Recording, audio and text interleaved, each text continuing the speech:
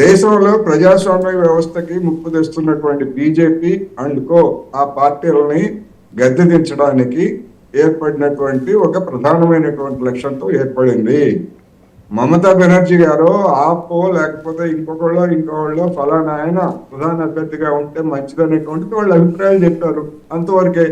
అంతే తప్ప ఒక కూటమిగా చూసినప్పుడు అందులో ఉన్నటువంటి వామపక్షాలు కూడా ఏం చెప్తున్నాయి, ఎన్నికల తర్వాతే అటువంటి ప్రతిపాదన వాటి గురించి చర్చించాలి తప్ప. ఒకటి. రెండోది, మన రాజ్యాంగం ప్రకారం మన అమెరికాన ప్రధానమంత్రి క్యాండిడేట్ ని అదే అఫీషియల్ కాదు కదా, అక్కడ అమెరికాలో అఫీషియల్ క్యాండిడేట్ గా ఉన్నటువంటి ప్రైమరీస్ అదంతా ఉంటది. ఇక్కడ అటువంటిది కాదు. కానీ బీజేపీ వాళ్ళు మేము ప్రధాన అభ్యర్థి ఏ ప్రజా అభ్యర్థి, మీ ప్రధాన అభ్యర్థి ఉండి 10 ఏళ్ల నుంచి ఏం చేశారనే ప్రశ్నకి మీ దగ్గర సమాధానం లేదు కదా. రెండోది, తెలంగాణ ఎన్నికల్లో బీసీ ముఖ్యమంత్రి అని చెప్పారు. ఎవరు మీ బీసీ ముఖ్యమంత్రి అంటే మేము తర్వాత చెప్తా ఉన్నారు. ఎందుకని ఆ బలహీనత ఎందుకని వచ్చింది? రెండోది, ఆ బీసీ ముఖ్యమంత్రులుగా ప్రచారం చేసుకున్నటువంటి వాళ్ళు ఇద్దరు ఓడిపోయారు. అది అందరికీ తెలిసిందే. పేర్లు కావాలంటే చెప్పమంటే చెప్తాను నేను, ఎందుకంటే మర్యాదగా ఉండదు కదా. అదేవిధంగా ఏ రాష్ట్రంలో కూడా ముఖ్యమంత్రి అభ్యర్థులను ప్రకటించినటువంటి సాంప్రదాయం బీజేపీకి లేదు. మొన్న గెలిచినటువంటి 3 రాష్ట్రాల్లో కానీ కోటేశ్వరరావు గారు, ఈ రోజు నేను అడిగిన ప్రశ్న యొక్క బేసిస్ ఏంటంటే, నేను ఎందుకు అడిగానంటే, ఈ రోజు ఇండి కూటమి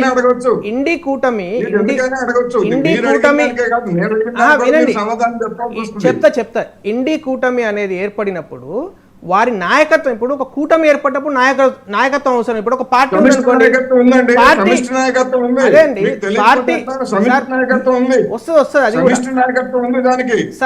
అమర్ గారు నియంతృత్వం వైపు మాట్లాడుతున్నారు,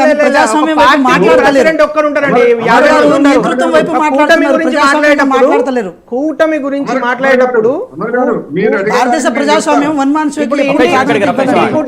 ఇండి కూటమికి కాంగ్రెస్ నాయకత్వం వహిస్తుందా, వామపక్షాలు వహిస్తాయా, టీఎంసీ వహిస్తుందా చెప్పండి? అన్ని కలిసి వహిస్తాయి. సమిష్టి నాయకత్వం అది. సమిష్టి నాయకత్వం అంటే 500 మంది నాయకత్వం వహిస్తారా?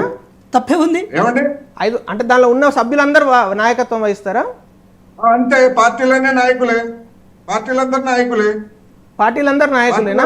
అంటే ఇప్పుడు అమర్ గారు ప్రధానమంత్రి రేపు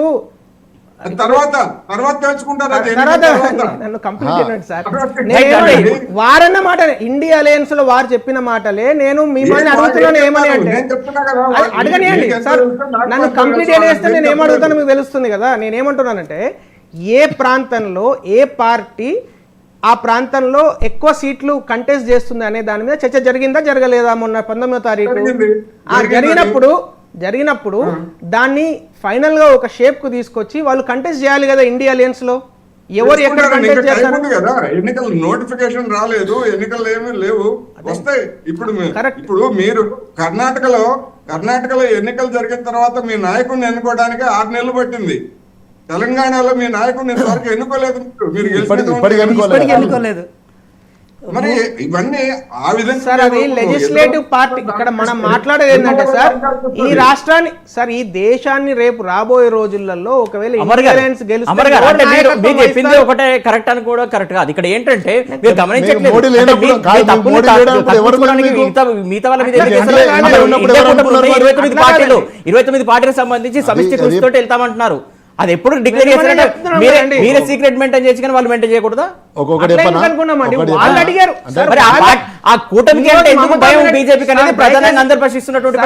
నేను ప్రశ్నించేది దేనికంటే, మమతా బెనర్జీ సార్, నేను ఇండియా అలయన్స్ లో ఖచ్చితంగా ప్రధానమంత్రి అభ్యర్థిని మీరు వేయాలి, రాజ్యాంగంలో రాసి ఉందని నేను అనలేదు. మరి మీరు అలాగే మాట్లాడుతున్నారు. అరవింద్ కేజ్రీవాల్ గారు, మమతా బెనర్జీ గారు ఇండియా అలయన్స్ లో ఒక ముఖ్యమైన సభ్యులా కాదా?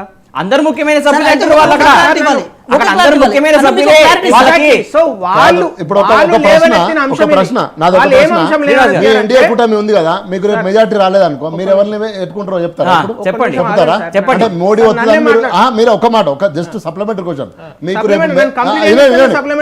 కూడా మెజార్టీ రాలేదు, మీకు కూడా ఎన్డీఏ లాగా గతంలో వాజ్పేయి లాగా మీరు ఎవరు చెప్తారా ఇప్పుడు ప్రధానమంత్రి? చెప్తాం కదా. ఎవరు చెప్పండి మరి, మోడీ కాకుండా చెప్పారు. కంప్లీట్ మాట్లాడతా, మీరే మాట్లాడతా, మీరే ఎట్లా మాట్లాడతారు? డైరెక్ట్ పాయింట్ రండి. మీ దగ్గర ఆన్సర్ ఉందా దేనికి?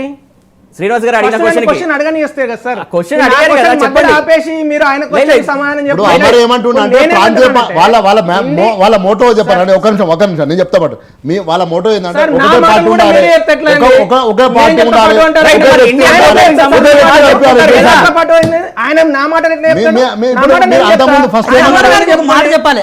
అమర్ గారు నేను అమర్ గారు ఒక చెప్తాను, మాట నేను చెప్తా. ఏంటంటే, నా మాట ఆయన చెప్తాడు. మీరు ప్రజాస్వామ్యయుతంగా మాట్లాడండి. మోనార్కీ మీరు మాట్లాడుతున్నారు మీరు ఏమంటారు? ప్రాంతీయ పార్టీలు వద్దంటారు. మీరు ప్రాంతీయ పార్టీలు మీరు నలుగురు గెలిస్తే ఏం చేస్తారు?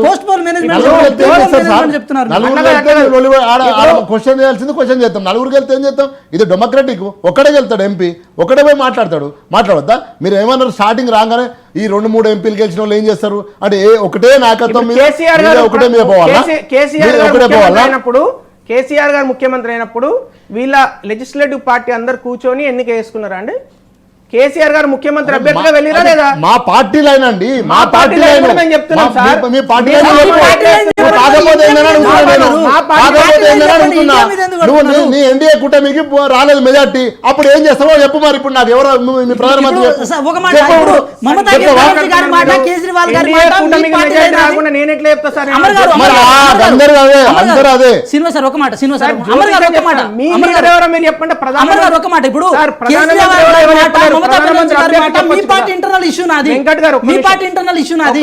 ఒక్క నిమిషం ప్రధానమంత్రి అభ్యర్థి చెప్పమంటే చెప్తాం. ప్రధానమంత్రి ఎవరో ఎట్లా చెప్తారు?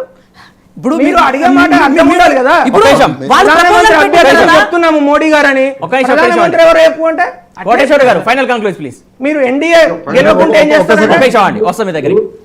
ఒకటే ఫైనల్ కంక్లూజన్ ఒకటేనండి. ఒక కూటమిలో